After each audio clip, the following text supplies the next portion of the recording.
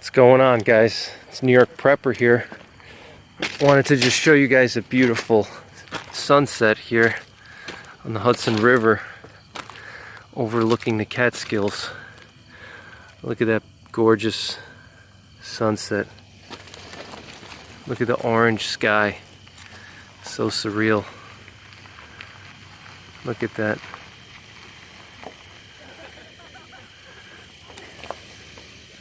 The river is so calm. It's like a lake.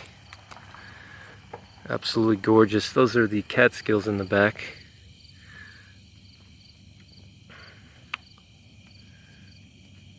Look at that.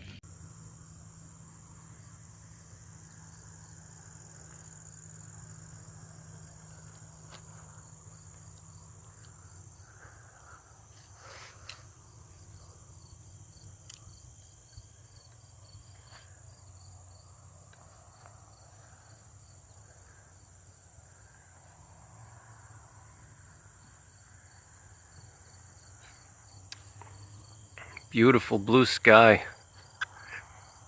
Look at that. Look at the sunset. Gorgeous.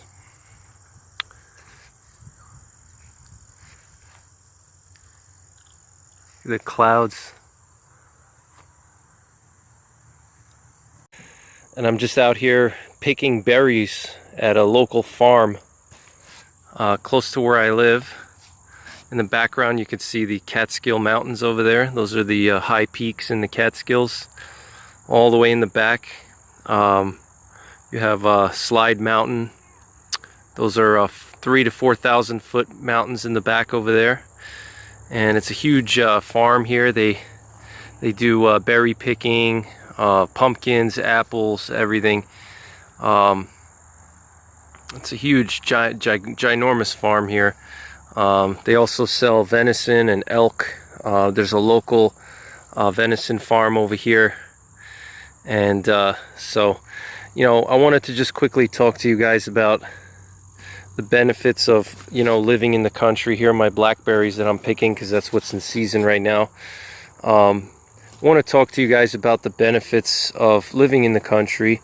You know, obviously you have fresh air, fresh water, you know, free space. There's just so many benefits to living in the country. And obviously as a prepper, you know, for SHTF purposes, you know, living in the country has some benefits. And you know, here you can see, you know, having access to farms is a big benefit. You know, if the grid goes down and the supply chains get interrupted, or there's, you know, food shortages or something along those lines, you know, having local farms can be a benefit, because when the grocery stores shut down, the farms are still going to be open. You know, the farms are still going to be growing food and maintaining their livestock. So you may be able to work out some kind of arrangement, like I've mentioned in the past, where you can, you know, with your local farmers, you know, you can talk with them and, you know, try to get some food from them, you know, in exchange for maybe labor. You can provide labor to the local farmer and tell them that, you know, you'll work for them, or, you know, do some kind of labor work, or provide security for them. In exchange, you can, you know, get some corn or berries or whatever. So that's another benefit that a lot of preppers don't realize, you know, about living in the country, is, you know, having access to farmers, and obviously the opportunity to hunt and fish. That's going to be very important when the grid goes down. You know, hunting and fishing. And that's why also another thing that people make a mistake on is when they're selecting their weapons for SHTF. You know, they focus so heavily on, you know, combat weapons and AR-15s and things like that. And, you know, there's nothing wrong with that. That's actually, you know, very important, obviously, for SHTF. But how about, you know, do you have adequate weapons to hunt? You know, if you have to take a deer to feed your family, you know, do you have adequate firepower to do so at different ranges? You know, and you know, I have a lot of friends of mine, they have everything they need to go to war. You know, they have their plate carriers and their, you know, AR-15s, their 5.56, you know, with 30-round clips. But is that adequate to take down a deer humanely and provide food for your family? No, it's not. You know, you need a good old-fashioned hunting rifle. 30-06, 270, 300 Win Mag, 7mm. Look at that beautiful scenery in the back there, guys. So, you know, having hunting rifles is very important for SHTF. You know, obviously you want your combat weapons too, but if you live in a state like New York where combat weapons are severely restricted, you know, having a hunting rifle can also double as a combat weapon. You know, if you have a 30-06 or 300 Win Mag or 7mm, you know, you can easily become a good sniper when it comes down to a grid down situation. So, you know, that's just some food for thought for you guys.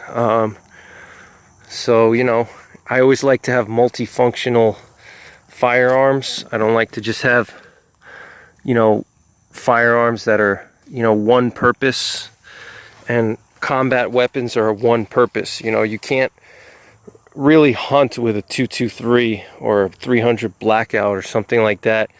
But, you know, with a hunting rifle, I can hunt and I can use it for combat, you know, or same thing with a shotgun. You know, shotgun, you know, I can use it for tactical reasons, and I can also use it for providing meat and food, you know, for my loved ones. And, you know, now is also a good time if you guys are not hunters, to learn about hunting. You know, SHTF is not all about clearing rooms and CQB. You know, SHTF is about being a good woodsman, you know, being able to survive, being able to hunt, being able to fish. And now's a good time to learn all those things. You know, learn how to track a deer and see if there's deer populations in your area. You know, learn about fish and being able to determine if there's fish in your area. You know, these are things you should learn now while you still can, and practice now, you know, and maybe even scout out areas close to you where you can actually hunt and where you know that there's a high population of deer and things like that. So, you know, that's something to think about, you know. So, just wanted to mention that. And, you know, that's pretty much it for this video. Thank you guys for watching. I'll keep you guys updated. I have a bunch of videos coming out soon that I'm going to be doing. Going to continue with my shooting videos and some more survival videos. So stay tuned to my channel, and I'll try to share my knowledge as much as possible. So thank you guys for watching. Take care. God bless. And don't forget the 3 P's. Prepare, practice, and persevere.